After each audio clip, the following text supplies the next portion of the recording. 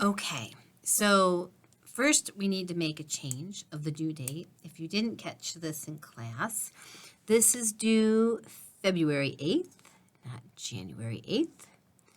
So make sure you make that little note that this is due on Wednesday, the 8th. So have a calculator handy or download the calculator on the computer so you can kind of go back and forth between the video and your computer to catch a few of the tricks to the TI-84 that we're going to go over. So when you turn your calculator on, some people will say, oh, I put in new batteries, but I can't see anything. So I'm gonna put in, you don't need to enter that in, I'm just gonna enter something into my calculator. And you can adjust how dark or how light the screen is. So I'm gonna press the second button, and then you see here, this is what's called a contrast key. If I hit the down arrow, do you see my screen disappeared? If I hit the second and the up arrow, it comes back. So you can adjust the contrast on your screen, and that might save you some batteries. Some people think their batteries are done because they can't see their screen, and I'll always say, did you adjust the contrast on your screen? Give that a try first. Okay. For question number 2, I would like you to try to do these in one fell swoop, especially like this one. So you get comfortable using the fraction key on your calculator. You get comfortable using the negative sign to negate a number versus the subtraction key, which is an operation, and raising things to powers. So I just want to give you a quick little preview of how to enter fractions into your calculator. So if your calculator's been updated, and if it doesn't do this, we'll give you directions on how to update it. You can have the fraction options on your calculator. So you need to hit the green key and then y equals, and there are all of your fraction options. So when I hit enter, I now can do 1 over 2, see, and I'm going to use my downward arrow key to navigate, plus, and then I'll enter in another fraction, minus, and then I'll enter in another fraction. So what I'd like you to try when you do these questions is to use your arrow key, do it in one fell swoop, and round accordingly. So for questions C and D, I asked you to round to the nearest hundredths. Okay. If you're having trouble with your calculator, be sure to ask, especially for question number 2, and I can show you how to enter that in one step instead of multiple steps. Second thing I would like to go over is how to enter in graphs into your calculator and how to adjust the windows. So the first thing I'd like to do is just enter in this little line, y equals 2x plus 1, into my calculator.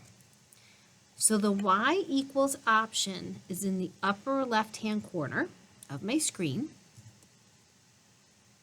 And to enter in x or t or any variable, we always just want to use this option here. It says xt theta n.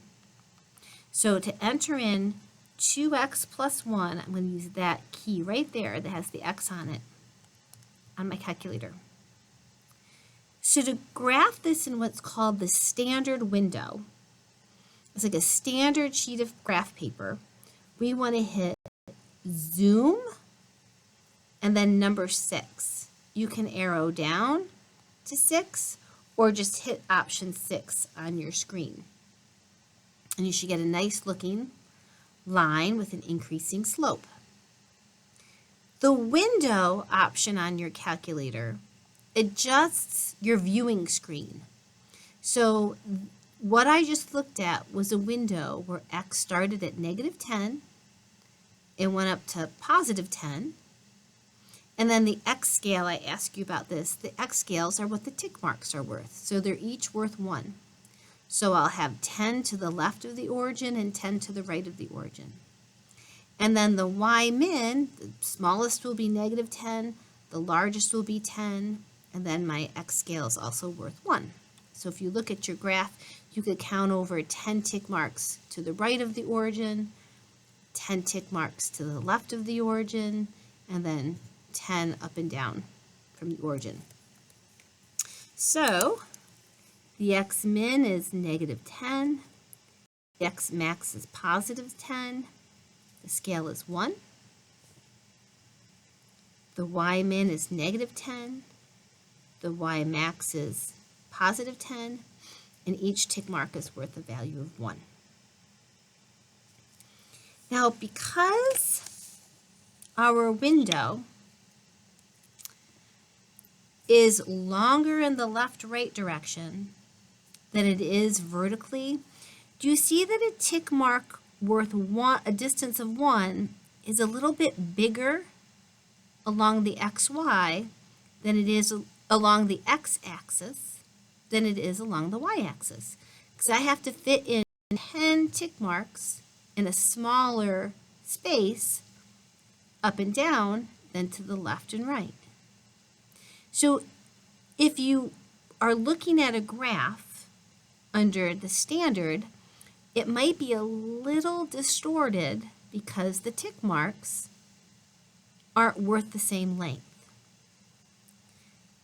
So oftentimes, especially when we start graphing circles, we're going to look at our window under z-square, which is option number 5. And now you'll see there's more tick marks than just 10, because if we want the tick marks to all be the same length, I'm going to have more in the X direction than in the Y direction. So when you look at your window, I have more. So I'll have about 15 tick marks left to right from the either side of the origin. They're each worth 1, and I still have the same tick mark values going vertically. You can also change the tick marks and the viewing window. So I said, let's look at this between -2 and 3 for X. So you can physically go in and change the values from -2 to 3, and then -5 to 7. And then don't go zoom 6 or zoom 5, then just hit graph, and you'll say you can see that you can change the viewing window. We can zoom in a little bit. So here it says, what do the X scale and Y scale do for the viewing screen? Well, they're your tick marks. So if I go from -2 to 3 with a tick mark of 1, to see how the tick marks have to be big, because I only have 5 tick marks. So the X scale and the Y scale, those are the tick marks, the tick mark values. From here to here is 1, from here to here is 1, from here to here is 1. Okay. The only other thing I want to show you is the table feature. So above graph, you have a word that's blue. It says table. And so in order to get any of these blue options, we have to hit the blue key first. So let's table set before we hit table. So when I hit table set, I would like you to have ask highlighted for the independent variable. Those are our inputs, or the domain. And then to automatically give us the dependent value, which is our range values. Okay, so in order to do that, use your downward arrow.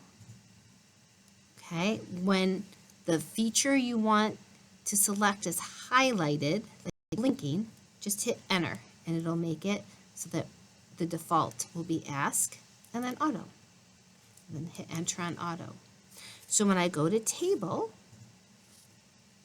I can physically type in the x values, and it will automatically give me the y values for whatever function I have in y1, which was the 2x plus 1. So it automatically will calculate ordered pairs on my function.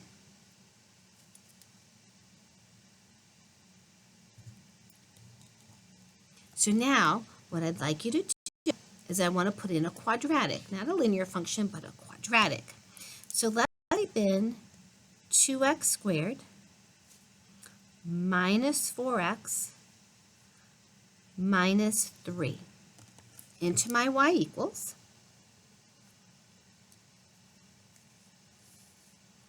So 2x,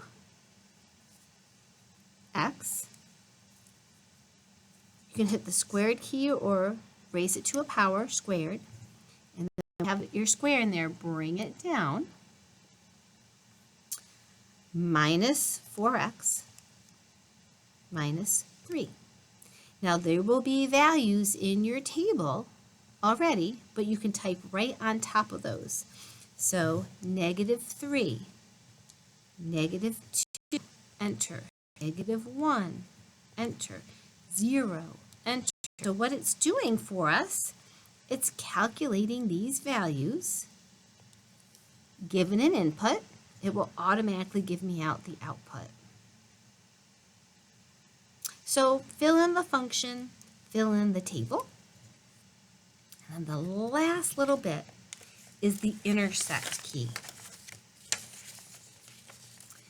So when you're using the intersect key, you're trying to find values where the left-hand side of an equal sign will give you the same value as the right-hand side. We're trying to find the solution, the x value, that will make the left-hand side equal the right-hand side. So what we're going to be looking at is we're going to be looking at graphs to see where the left-hand side equals the right-hand side. So I'm going to do one for you. I'm going to do this absolute value. So on my calculator, I'm going to go to y equals. I'm going to clear that out. When you're asked to do the intersect key, you're going to use 2 y equals on your grapher. The left-hand side of the equal sign you're going to put into y1, and the right-hand side of the equal sign you're going to put into y2. That's a graph that's called an absolute value. And to find it, you want to hit math, and then you want to work your way over to num. So when I hit enter, ABS means absolute value. So when I hit enter, I get those nice absolute value symbols. And then I'm going to enter 9x minus 3. That goes in the left side. That goes into my y1, which is on the left-hand side. And then I'm going to use my downward arrow to put 7 in. And I want to find the x's that will make this left-hand side equal to 7. So when I hit graph, I'll hit, let's do zoom standard. We can see there's my absolute value, and there's where y equals 7. So there are 2 places where this absolute value symbol, this absolute value sign equals 7. So to find where those points cross, those are what are called your intersections, where the 2 graphs intersect. So to find intersection, you want to go to calc, which is right above that trace key. It's in blue. And then, hoping you'll see option number 5 is what we want. So you're going to hit number 5 on your calculator, and then 3 enters. You see it says first curve? Yeah, I'm on a curve that I want. Second curve, it jumped up to the line. And then on the guess, you just hit enter. And there's one of my intersection points. So when x is negative 0.4 repeat, my output is 7.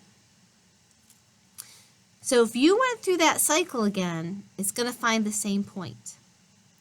So what we need to do is we need to go up to Calc, go to Intersect, and then we need to get that cursor closer to the intersection on the right.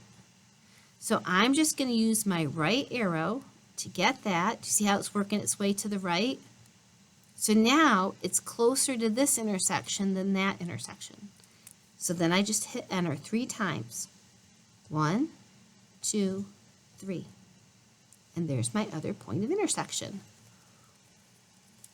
When x is 1.1 repeat, the y value is 7.